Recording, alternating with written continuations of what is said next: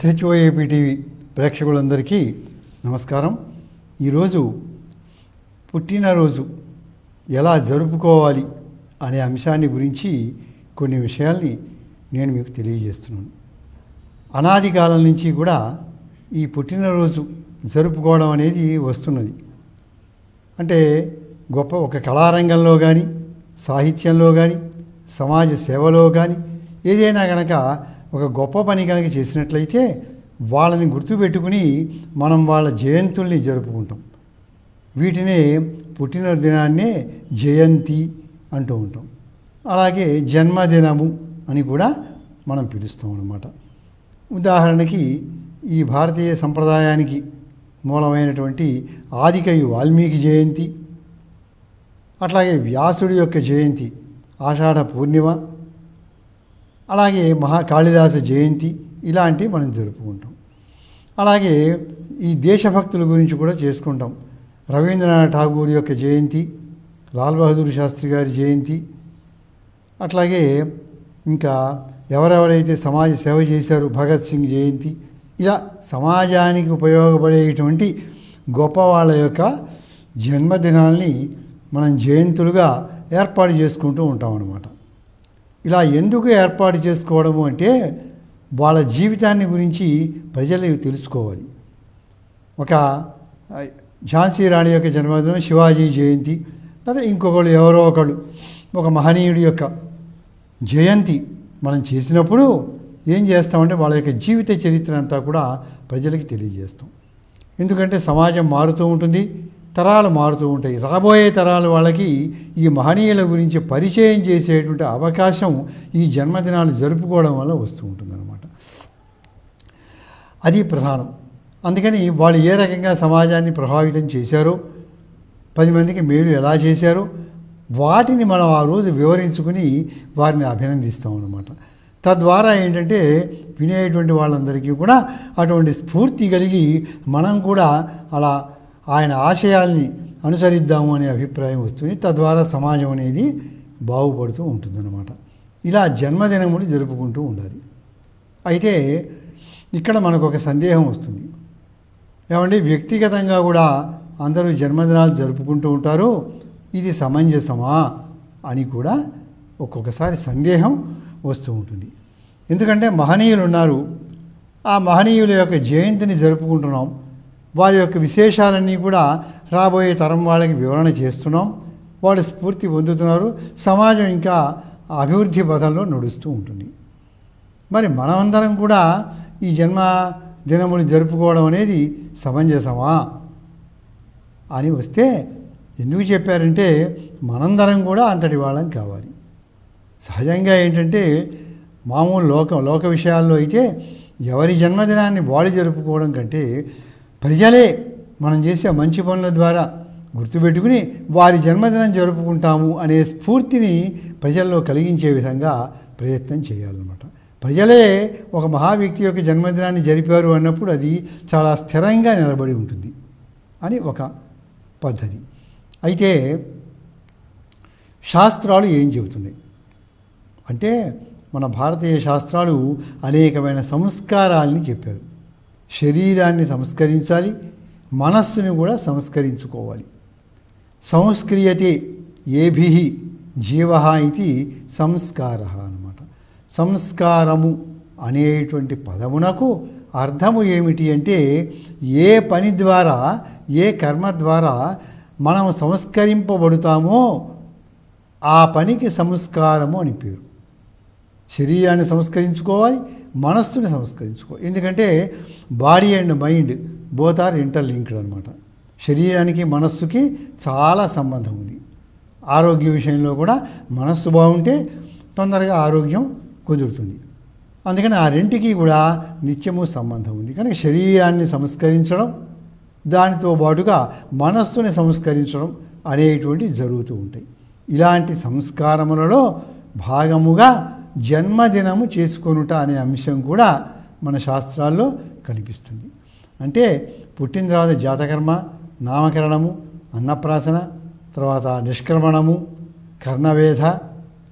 ఇలాంటివన్నీ చెప్పుకుంటూ వచ్చారన్నమాట. పుట్టు వెంట్రుకలు తీయించడం, ఇలా చెప్పుకుంటూ వచ్చి వివాహం దాకా చెప్పుకుంటూ వచ్చి వ్రతాలన్నీ చెప్పుకుంటూ వచ్చి అనేక సంస్కారాల్ని ధర్మశాస్త్ర గ్రంథములు విధించినాయి. అయితే ఈ సంస్కారాల్లో నేరుగా కాకపోయినా పురాణాల్లో వాటిల్లో కూడా ఈ జన్మదినం యొక్క ప్రస్తావన ఉన్నది.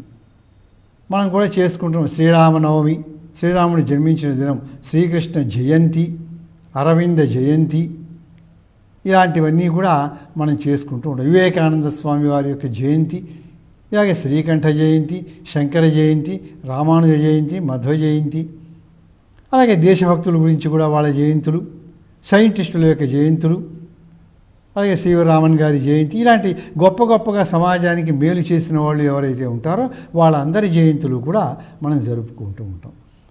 ఈ జన్మదినము చేసుకోవాలి అని చెప్పి మనకి పురాణాల్లోనూ కనిపిస్తుంది. అసలు వారి యొక్క సిద్ధాంతం ఏమిటి అంటే, పుట్టిన దగ్గర నుండి కూడా శిశువుకి ప్రతి నెలలోనూ కూడా ఒక్కొక్కసారి జన్మదినం వేడుక చేయమన్నారు. అంటే ఆ రోజు పూజా కార్యక్రమాలు ఇలాంటివి చేయాలి. వేడుకంటే బహిరంగంగా మళ్ళీ మనం ఇవన్నీ చేసుకోక్కర్లేదు. పుట్టిన శిశువు నుంచి మళ్ళీ నెల తిరిగిన తర్వాత నెల మొదటి రోజు, అక్కడి నుంచి ఆ సంవత్సరంలో వచ్చేటువంటి ప్రతి ఆ నెలలోనూ కూడా ఆ జన్మదినం రోజున ఏదో భగవంతుడికి పూజా కార్యక్రమం ఇట్లాంటివి చేసుకోండి అని చెప్పి కూడా కొన్ని చెప్పారు. మొదటి సంవత్సరం వరకు. అక్కడి నుంచి ప్రతి సంవత్సరానికి ఒకసారి చాలు. ప్రతి సంవత్సరము ఆ పుట్టిన దినం రోజు కొన్ని మంచి మంచి కార్యక్రమాలు చేసుకోవాలన్నమాట. దీనికి ఆయుష్కర్మ అని కూడా పేరు ఉందన్నమాట. మన ఆయుర్దాయం పెరగడానికి అవసరము అని చెప్పారన్నమాట. ఎందుకంటే మన యొక్క జీవితం అంతా దేవతల మీద, గ్రహాల మీద, ఈ ప్రకృతి మీద ఆధారపడి ఉంటుంది. అందుకని వాటిని స్మరించుకుంటూ చేయాలి. ఈ కార్యక్రమానికి ఇంకొక పేరు కూడా ఉన్నది శాస్త్రములలో, వర్ధాపనము అని పేరు. అందుకని వర్ధాపనాక్షం కర్మ కరిష్యే అని చెబుతారు. వర్ధాపనము అనే పేరు కూడా పుట్టిన దినమును చేయటువంటి కార్యక్రమానికి ప్రవర్తింపజేస్తున్నారన్నమాట. అట్లా ఉందన్నమాట. ఈనాడు ఏం చేయాలంటే శాస్త్రం ప్రకారం ఉషఃకాలంలోనే మేల్కంచి, అంటే ప్రతిరోజు కూడా ఉషఃకాలంలోనే లేవాలని వైద్య గ్రంథాలన్నీ చెప్తున్నాయి. ప్రతిరోజు లేవలేకపోతే కనీసం ఆ రోజన్నా లేవాలన్నమాట. ఉషఃకాలమునంది సూర్యోదయాత్ ప్రాక్, సూర్యోదయానికి ముందు లేచి చక్కగా తలంటి పోసుకోవాలి. నువ్వుల పిండితోటి మనం శరీరం అంతా కూడా రుద్దుకొని కుంకుడుకాయతోటి మనం తలంటిని పోసుకోవాలన్నమాట. పోసుకున్న తరువాత ఏం చేయాలి, ఆ తలంటి ఎలా పోసుకోవాలి అనే దాంట్లో కూడా విధానం చెప్పారు. ఒక నూనె ముందు తలకి పెట్టుకుని చేయి కడుక్కుని ఇంకో పాత్రలో నూనె ఉంచుకుని ఆ నూనెని చేతులకి రాసుకుని శరీరానికి అంతటికీ కూడా రాసుకోవాలి. తైలాభ్యంగనము అంటారు. తరువాత నువ్వుల పిండితో చక్కగా శరీరాన్ని తోముకోవాలి. అలాగే కుంకుడుకాయ రసం తీసి ఓ పాత్రలో ఉంచుతాం. దాంట్లో చెయ్యి పెట్టి వేళ్ళు పెట్టి ఉత్తర దిక్కుగా ఏంటంటే 7 బిందువులు పడేటట్టుగా మనం వేయాలి. అవి ఏంటంటే సప్త చిరంజీవులు ఉంటారు, వాళ్ళకి మనం సమర్పిస్తున్నాం. వాళ్ళ అనుగ్రహం పొందడానికి, వాళ్ళని గుర్తు చేసుకోవడానికి చేస్తాం. ఇలా నువ్వుల పిండితోటి కుంకుడుకాయ రసంతో చక్కగా స్నానం చేయమని చెప్పారు. అంతేగాని రసాయన పదార్థాలతోటి స్నానం చేయకూడదు ఆ రోజున. అసలు ఎప్పుడూ చేయకూడదు, కనీసం ఆ రోజైనా మనం చేయకుండా ఉండాలన్నమాట. ఆ తరువాత ఏంటంటే పూజా కార్యక్రమం నిర్వహించుకోవాలి. పూజా కార్యక్రమంలో ఏంటంటే ముందుగా కొత్త బట్టలు ధరించాలి. ధరించిన తర్వాత గణపతి పూజ చేసి పుణ్యాహవాచనం చేసుకోవాలి. చేసుకున్న తరువాత మనం కొందరిని స్మరిస్తూ చేస్తాం. ఏమిటంటే అశ్వత్థామ బలిర్వ్యాసో హనుమాంశ్చ విభీషణ కృపః పరశురావశ్చ సప్త ఇతే చిరజీవిన అని శాస్త్రం ఉంది. మన సంప్రదాయంలో చిరంజీవిత్వాన్ని పొందినటువంటి వాళ్ళు 7 ఉన్నారు, మహానుభావులు. మనం కూడా దీర్ఘాయుర్దాయంతో శతమానం భవతి శతాయుః పురుష అని చెప్పినట్టుగా 100 సంవత్సరాలు ఎటువంటి అనారోగ్యం లేకుండా చక్కగా ఆనందముగా అందరితోటి జీవిస్తూ సమాజానికి మేలు చేస్తూ సుఖాన్ని పొందాలి. దానికి వారి ఆశీర్వచనం కావాలి. ఎందుకంటే ఏ రంగంలో ఎవరు అభివృద్ధిని సాధించారో వాళ్ళ యొక్క ఆశీర్వచనాన్ని తీసుకుని వాళ్ళ అడుగుజాడల్లో మనం నడుస్తాం. ఉదాహరణకి మనకి క్రికెట్ బాగా ఆడటం రావాలనుకోండి, మనం ఏం చేస్తామంటే ఆ క్రికెట్ బాగా ఆడేవాళ్ళు ఎవరైతే ఉంటారో వాళ్ళని ఆదర్శంగా తీసుకుంటాం. ఎవరు సచిన్ టెండూల్కరు, గవాస్కరు, ఇలాంటి కపిల్ దేవ్, ఇలాంటి ఎవరెవరైతే బాగా ఆడతారుంటారో వాళ్ళని ఆదర్శంగా తీసుకుని చూసి మనం కూడా అలాగే ఆ క్రికెట్ ఆటని బాగా నేర్చుకుంటాం అన్నమాట, వాళ్ళని లక్ష్యంగా పెట్టుకుని. అలా మనం ఏ పని చేస్తున్నామో దాంట్లో ముందున్న వాళ్ళు ఎవరో వాళ్ళ గైడెన్స్ తీసుకోవాలి, వాళ్ళ ఆశీర్వచనం తీసుకోవాలి. ఇప్పుడు ఏం చేయాలంటే 7 చిరంజీవులు కనుక వాళ్ళని మనం స్మరించుకోవాలి. అశ్వత్థామ ద్రోణాచార్యుని యొక్క కుమారుడు, మహాభారతంలో వస్తాడు. సకల శస్త్రాస్త్రములలోనూ ఆరితేరినటువంటి వ్యక్తి, పూర్తి ధర్మపరుడు. వీళ్ళందరూ కూడా ధర్మ మార్గంలో జీవించినటువంటి వాళ్ళు.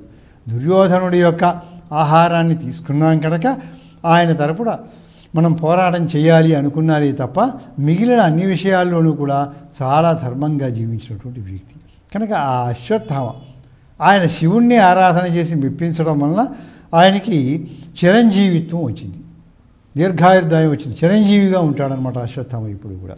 తర్వాత బలిచక్రవర్తి, అశ్వత్థామ యోధుడైతే బలిచక్రవర్తి మహాభక్తుడు. చూడండి, ఆయన రాక్షస వంశంలో జన్మించాడు. అయినప్పటికీ మంచి లక్షణాలు నేర్చుకుని ఆయన విష్ణువు యొక్క అనుగ్రహాన్ని పొందాడు. గొప్ప దాతగా పేరు తెచ్చుకుని విష్ణువుకే దానం చేసి ఆయన యొక్క అనుగ్రహాన్ని పొంది పాతాళ లోకంలో ఉంటున్నాడు. ఆయన ఎప్పుడూ చిరంజీవిగా ఉంటాడని వరం ఉంది ఆయనకి. అంటే మనకి ఈ పురాణ గాథ వలన తెలుస్తున్నది ఏంటంటే వాళ్ళు వీళ్ళు అని లేదు, అందరూ గొప్పవాళ్ళుగా కావాలి. అందుకే irrespective of caste, cult and creed అని చెప్తున్నాం అనమాట. అంటే ఏంటి, వీటి అన్నిటికీ అతీతంగా, సర్వ విభేదాలకి అతీతంగా అందరూ కూడా గొప్ప పనులు సాధించవచ్చు. బలిచక్రవర్తి రాక్షస వంశంలో పుడితేనేమండి ఆయన బుద్ధి చాలా మంచిది కనుక మంచి చోట పుట్టినప్పటికీ బుద్ధి మంచిది కాకపోవచ్చు. అందుకని ఆయన కూడా మనం స్మరిస్తున్నాం, ఆయనకుండే మంచి లక్షణాలని తలుచుకుంటున్నాం. గొప్ప దాత గనక స్మరిస్తున్నాం ఈ రోజున. కనుక గొప్పవాళ్ళని, మంచివాళ్ళని, ఆదర్శంగా ఉన్నవాళ్ళని స్మరించుకుంటాం. తర్వాత వ్యాస మహర్షి, ఆయన ఒకే రకంగా ఉండేటువంటి వేద మంత్రాలన్నింటినీ కూడా విభాగం చేశాడు. ఏకపు ప్రోకయైన శృతులెల్లను నేర్పున ఏర్పరించి ఆయన గురించి చెప్పాడనమాట. కవులు చెప్పారు, ఒకే రాశిగా ఉండేటువంటి వేద మంత్రములను అన్నింటినీ కూడా ఆయన వాటి లక్షణాలని బట్టి 4 రకములుగా విభాగం చేశాడు. ఈ లక్షణములు ఉంటే ఋగ్వేదము, ఈ లక్షణాలు ఉంటే యజుర్వేదము, ఇవి ఉంటే అథర్వ, ఇది ఉంటే సామ అని 4 రకాలుగా విభాగం చేసి గొప్ప మహోపకారం చేశాడు. తరువాత 18 మహాపురాణాలని రచించి మనకి అందించాడు అనమాట. అందుకని ఆయన చిరంజీవి, ఆయన్ని కూడా స్మరించారు. ఒక్కొక్క గొప్ప పని అనమాట. వాళ్ళు ఎందుకు స్మరిస్తున్నాం అంటే వాళ్ళు గొప్ప పనులు చేశారు. అశ్వత్థామ శస్త్రాస్త్రంలో మహా నిపుణుడు కనుక ఆయన్ని స్మరించుకుంటున్నాం. మాకు కూడా మంచి పౌరుషము, పరాక్రమము కలగాలని, బలిచక్రవర్తిని దానంలో మమ్మల్ని అనుగ్రహించండి, మేము కూడా గొప్ప దాతలు అవుతామని ఆయన్ని ప్రార్థించుకుంటున్నాం.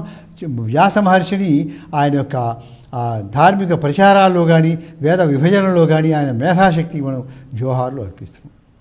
హనుమాంశ్చ, హనుమంతుడిని తలుచుకోవాలి. హనుమంతుడు కూడా చిరంజీవి.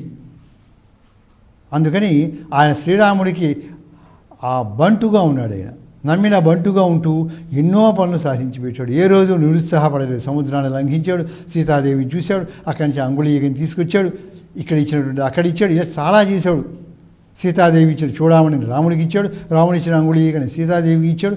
మరి ఆయన తరఫున నిలబడి చాలా గొప్ప పనులు చేశాడు. ఒక మహోన్నతమైనటువంటి వ్యక్తిత్వం అనమాట. ఎందుకంటే మన సాహిత్యంలో హనుమంతుడి వంటి పాత్రని మనం ఎక్కడా కూడా చూడమన్నమాట. కనుక ఆయన్ని తలుచుకుంటాం. ఆయన నమ్మిన వ్యక్తి కోసం ఆయన ఏ రకంగా నిలబడ్డాడు స్థైర్యాలతోటి అనే దానికి ఆయన్ని ఆదర్శంగా మనం స్మరించుకుంటాం.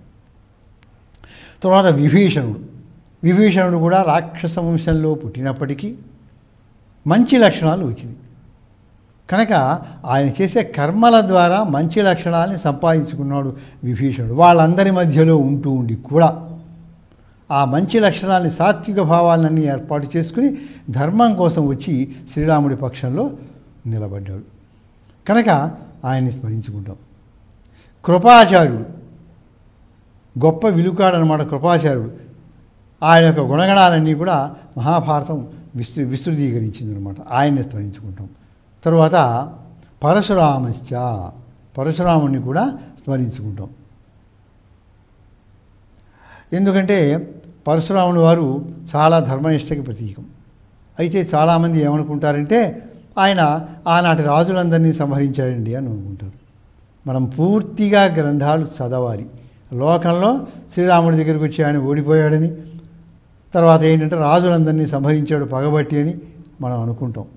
పూర్తిగా అక్కడ ఏమున్నదో పురాణాల్లో మనం చదివితే అప్పుడు మనకు ఒక అభిప్రాయం అనేటువంటిది వస్తుందన్నమాట.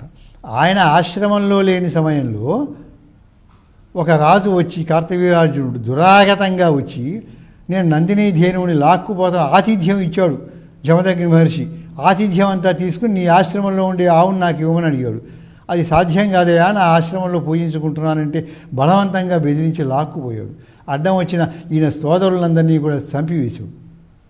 మరి ఈ రకంగా రాజుని కదా అధికారం ఉన్నది కదా అనే భావంతో దురాగతం చేసి ఆయన వెళ్ళిపోతే, మరి ఆ దురాగతాన్ని నిగ్రహించి ధర్మాన్ని స్థాపించడం కోసం మరి ఒక విప్లవం రావాలి అని చెప్పి ఆయన సూచించాడు పరశురాముడు. ఒక్క వ్యక్తిని కూడా ఆయన ఎప్పుడూ హింసించలేదు పరశురాముడు. గొప్ప ఋషి అన్నమాట ఆయన. ఇటువంటి అన్యాయం జరిగింది, మరి ప్రపంచంలో మిగతా వాళ్ళకి ఇలాంటి అన్యాయం జరుగుతూ ఉంటే, రాజులందరూ చేస్తూ ఉంటే ఎట్లా? ఆనాటి పాలకుల్లో ఎవరైతే దుర్మార్గం చేస్తూ ప్రజలకి మేలు చేయకుండా హాని చేస్తూ దురహంకారంతో ఉన్నారో అటువంటి వాళ్ళని మాత్రమే పరశురాముడు వారు శిక్షించారన్నమాట. జనక మహారాజుని శిక్షించలేదు, దశరథ మహారాజుని శిక్షించలేదు, భీష్ముడైనటువంటి చక్రవర్తిని తీసుకొచ్చి శిష్యుని చేసుకున్నాడు ఆయన. అందుకని అక్కడ జరిగిన సంఘటనలు చాలా ఉన్నాయి. అవి పురాణాల్లో వస్తాయి, బ్రహ్మాండ పురాణంలో వస్తుంది, బ్రహ్మవైవర్తంలో వస్తుంది, మిగతా ఘట్టాలు వస్తాయి. అవన్నీ చదివిన తర్వాత ఆయన ధర్మం కోసం అవతరించాడు. విష్ణువు యొక్క అవతారం ఆయన అనమాట. కనుక ఆయన ద్వారా అన్యాయం జరిగినప్పుడు మనం పోరాడాలి అనే అంశాన్ని మనం స్వీకరించాలి. ఇటువంటి మంచి లక్షణాలు కలిగినటువంటి వాళ్ళందరినీ, చిరంజీవులుగా ఉన్న వాళ్ళందరినీ కూడా మనం స్మరించుకోవాలి మన యొక్క పుట్టినదినం రోజున. తరువాత హోమం కూడా మనం చేస్తామన్నమాట. ఆ రోజు దిక్పాలకులకి హోమం చేయవచ్చు. తర్వాత వాస్తు పురుషుడి యొక్క హోమం కూడా చేస్తాం మనం. చేసి ఆ చుట్టూ బలులు ఇస్తాం. బలి అంటే ఏంటంటే పూజ అని అర్థం అండి. బలి అంటే ఏంటంటే చిన్న మినప్పిండితో ఏదో చేసి జీవులకి వేయటం అన్నమాట బలి అనేదాన్ని. అంతేగాని లోకంలో అనుకున్నట్టుగా బలి అంటే ఇంకేదో అని మీరెవరు కూడా భావించవద్దనమాట. బియ్యపిండి తీసుకొస్తాం, బెల్లము బియ్యపిండి కలిపి చీమలకన్నిటికీ ఇస్తాం. ఇలాంటి వాటిని చేయమని చెప్పారు జీవులందరికీ, మూగ జీవులు అవన్నీ కూడా వాటికి పెట్టమని చెప్పారు. తరువాత ఏంటంటే హోమ కార్యక్రమం ఉంటుంది.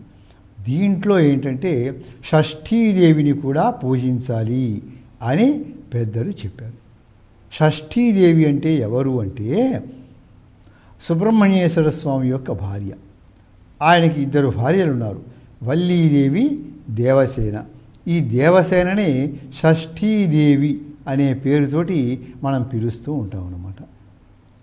ప్రతి నెలలో వచ్చే షష్ఠీ తిథికి ఆవిడ అధిపతి అన్నమాట. ఆవిడ పిల్లల్ని చక్కగా పాలిస్తుంది. అందుకనే పురుడు వచ్చిన తర్వాత కూడా షష్ఠీదేవి యొక్క పూజ చేయించుకుంటే మన పురిటి గృహం కూడా ప్రశాంతంగా పురుడు వస్తుంది, పిల్లవాడికి అనారోగ్యం ఉండదు, తల్లికి అనారోగ్యం ఉండదు అని చెప్పి మన శాస్త్రాల్లో చెప్పబడి ఉందన్నమాట. కానీ షష్ఠీదేవి అనుగ్రహం లేకపోతే పిల్లలు మారాము చేస్తూ ఉంటారనమాట, మొండిగా తయారవుతూ ఉంటారు, చదువుకోరు, ఇలాంటి లక్షణాలన్నీ వస్తాయి. అటువంటి వాళ్ళందరూ కూడా షష్ఠీదేవిని కనుక పూజించుకుంటే క్రమక్రమంగా వాళ్ళలో మంచి మార్పు వస్తుంది. పిల్లల్ని కాపాడుతూ ఉంటుంది ఎప్పుడు కూడా. బాలారిష్టములు, సద్యోరిష్టములు అని ఇలాంటివి చాలా చెప్పారనమాట. సౌమ్యారిష్టములు, అపమృత్యువులు ఇవన్నీ వస్తాయి. కనుక మానవ జీవితంలో అపమృత్యు దోషాలు వస్తూ ఉంటాయి. కనుక దెబ్బలు తగులుచుకోవడాలు, ఇటువంటి గండ దోషాలన్నీ కూడా పోవాలి. కనుక ఏం చెప్పారంటే ఆ రోజు వీళ్ళని పూజించుకోండి, హోమం వీలైతే హోమం చేయించుకోండి. దీనికి వర్ధాపనం అని పేరు. షష్ఠీదేవి పూజ కూడా మనం చేయాలన్నమాట. హోమం చేయించుకోలేని వాళ్ళు పూజ చేయించుకోవచ్చు. వీటన్నిటిని కూడా చక్కగా సత్యనారాయణ స్వామి వ్రతం చేసుకున్నట్టుగా మనం పూజా ద్రవ్యాలు తెచ్చి పిలిపించి చక్కగా వీళ్ళందరినీ ఆవాహనం చేసి పూజ చేసుకుంటాం అనమాట. చేసుకుని తీర్థప్రసాదాలు స్వీకరించవచ్చు. అయితే ఇక్కడ మిగిలిన దేవతలందరికీ కూడా పాయసాన్ని నివేదనగా చేస్తాం. షష్ఠీదేవికి మాత్రము పెరుగన్నం నివేదన చేయాలి అని శాస్త్రంలో ఉందన్నమాట. కనుక మనకి ఎటువంటి దోషాలు లేకుండా ఉండటానికి, ఆరోగ్యం కలగటానికి, దీర్ఘాయుర్దాయవంతులు అవటానికి ఈ కార్యక్రమం చేసుకోమని చెప్పారు. అయితే ఇది ఏమైనా ఆడంబరంగా చేసుకోవాలా, పుట్టినరోజు పండుగ చేసుకుంటున్నాము అంటే ఆయన ఏమన్నా పెద్ద గొప్ప చేసుకుంటున్నారు అని జనరల్గా అనుకుంటారు అన్నమాట. అనవసరమైన ఖర్చులతో ఆడంబరాలుగా కాదు, కానీ మనం ఇంట్లోనో దేవాలయంలోనో కూర్చుని చక్కగా ఇటువంటి పూజా కార్యక్రమాన్ని నిర్వహించుకునే సంప్రదాయబద్ధంగా ఆ దేవుని యొక్క ఆశీస్సుల్ని పొందవచ్చు. ఇది ప్రతి మానవుడు చేసుకోవలసింది.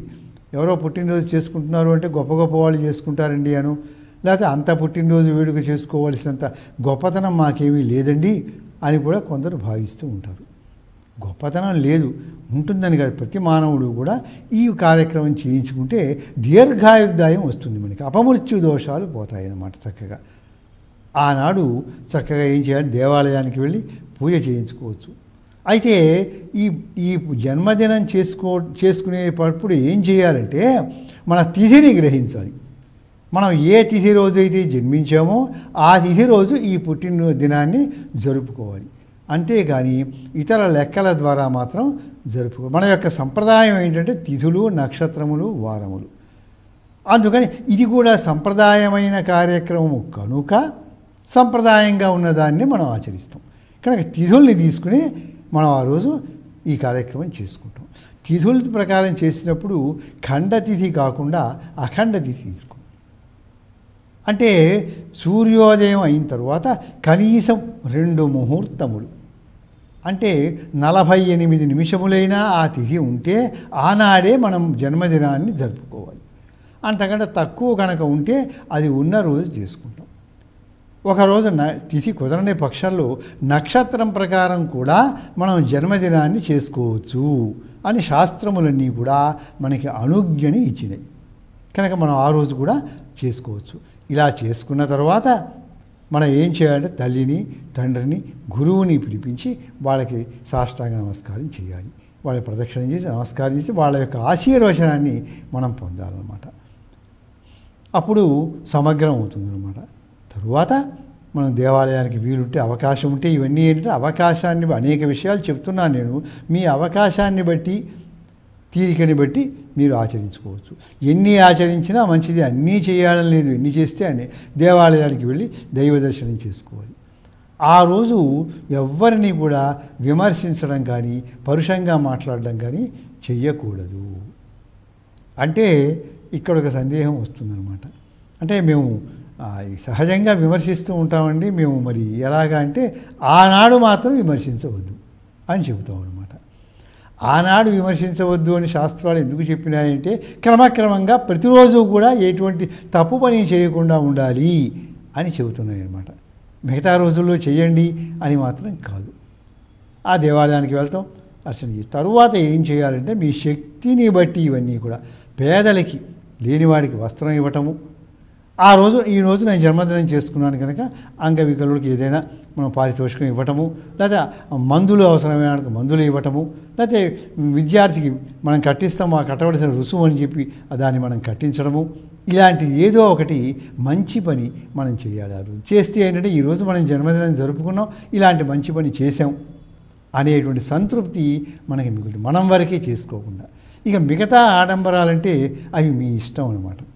ఇవి తప్పనిసరిగా చేయవలసినవి. మిగతావన్నీ చేసుకుంటాం మేము, వేడుకలు అంటే వేడుకలు చేసుకోవడం అనేది మీ ఇష్టాన్ని బట్టి, స్తోమతని బట్టి ఉంటుందన్నమాట. అది కూడా సంప్రదాయానికి భేదం లేకుండా సాయంత్రం పూట అందరినీ పిలుచుకోవచ్చు, వాళ్ళందరికీ ఏమైనా పలహారాలు, కాఫీ, టిఫిన్లు ఇవ్వచ్చు, బహుమతులు ఇవ్వచ్చు, ఏమైనా మీకు ఏం తోస్తే అవన్నీ కూడా మీ వేడుకలు. సంప్రదాయానికి భేదం లేకుండా చక్కగా అవి చేసుకోకపోవడం అనేది మీ ఇష్టం మీద ఆధారపడి ఉంటుందన్నమాట. ఈ రకంగా మనం జన్మదినం చేసుకుంటే బాగుంటుంది. ఆ తర్వాత మనం ఏం చేయాలంటే పూజా కార్యక్రమాలు ఉంటే, హోమాలు అయిన తర్వాత నువ్వులు ఒక చిన్న పాత్రలో వేయాలి. చిన్న పాత్రలో అన్నమాట, పెద్ద పాత్ర అక్కర్లా. దాంట్లో కొంచెం బెల్లం, స్వచ్ఛమైనటువంటి కల్తీ లేనటువంటి బెల్లం వేయాలి. అలాగే పాలు దాంట్లో వేసి ఇవి కలుపుకోవాలి. కలిపి ఆ నువ్వులు, చక్కెర, బెల్లం కంటే చక్కెర వేడి, ఇప్పుడు చక్కెర, తర్వాత నువ్వులు, పాలు కలిపి బాగా దాన్ని మనం 3 దోశలతో తీసుకోవాలన్నమాట. 3 తీర్థంలాగా అయినా సరే కనీసం తీసుకోవాలి. అప్పుడు దేవతల యొక్క అనుగ్రహం ఉండి మనం ఆయురారోగ్య ఐశ్వర్యాలతో ఉంటాం. ఆ తీసుకునేటప్పుడు ఏం చేయాలంటే సతిలం శర్కరా మిశ్రం అంజల్యర్ధమితం పయ మార్కండేయాద్ బలం దబ్ధ్వా పిబామ్యాయుర్వివృద్ధయే అని చెప్పుకోవాలి. మనం ఇందాక చెప్పుకున్నట్టు 7 చిరంజీవులు ఉన్నారు. వాళ్ళతో పాటుగా ఈ చేసే పూజ అప్పుడు ఏం చేయాలంటే మార్కండేయుడిని కూడా పూజించాలి. మార్కండేయుడు కూడా తన యొక్క అపమృత్యు దోషాన్ని పోగొట్టుకుని దీర్ఘాయుర్దాయం పొంది చిరంజీవి అయ్యాడు అనమాట. శివుడు 8 సంవత్సరాలకే వస్తాడు, 16 సంవత్సరాలకే అనుకుంటే భయపడుతూ వచ్చాడు. ఆ యమధర్మరాజును రాకుండా చేసి శివుడు అనుగ్రహించి ఈయన్ని చిరంజీవిని చేశాడు అనమాట, మార్కండేయుని. ఆ మహర్షి పేరుతోటే మార్కండేయ పురాణం అవతరించింది. కనుక ఆయన్ని తప్పనిసరిగా తలుచుకోవాలి. ఈ చిరంజీవులతో పాటుగా ఆయన్ని తలుచుకుంటూ నేను చెప్పినటువంటి మంత్రం ఉంటుంది. ఇది తలుచుకుంటూ 3 సార్లు తీర్థంలాగా కానీ లేకపోతే 3 చిన్న చిన్న దోశలతో కానీ ఆ పాలని మీరు స్వీకరిస్తే సంపూర్ణమైన ఆయురారోగ్య ఐశ్వర్యాలు మీకు కలుగుతాయని, ఈ రకంగా మనం జన్మదినాన్ని జరుపుకుందాం. ఇంకా 1000 జన్మదినాలు కూడా మనం జరుపుకుంటూ ఉందామన్నమాట. ఉండి మనం ఏం చేయాలంటే చెప్పాం, ఆ రోజు మన గుర్తు కోసం ఏం చేయాలంటే మంచి పనులు చేయాలి. ఇదిగో ఈ పుట్టినరోజు నాడు నేను ఈ మంచి పని చేశాను అనేటువంటి గుర్తు మనకి ఉంటుందన్నమాట. ఆ తర్వాత ఆనందంగా బంధుమిత్రులతో అందరితోటి కలిసి మీరు చక్కగా కాలాన్ని గడపాలన్నమాట. స్వస్తి.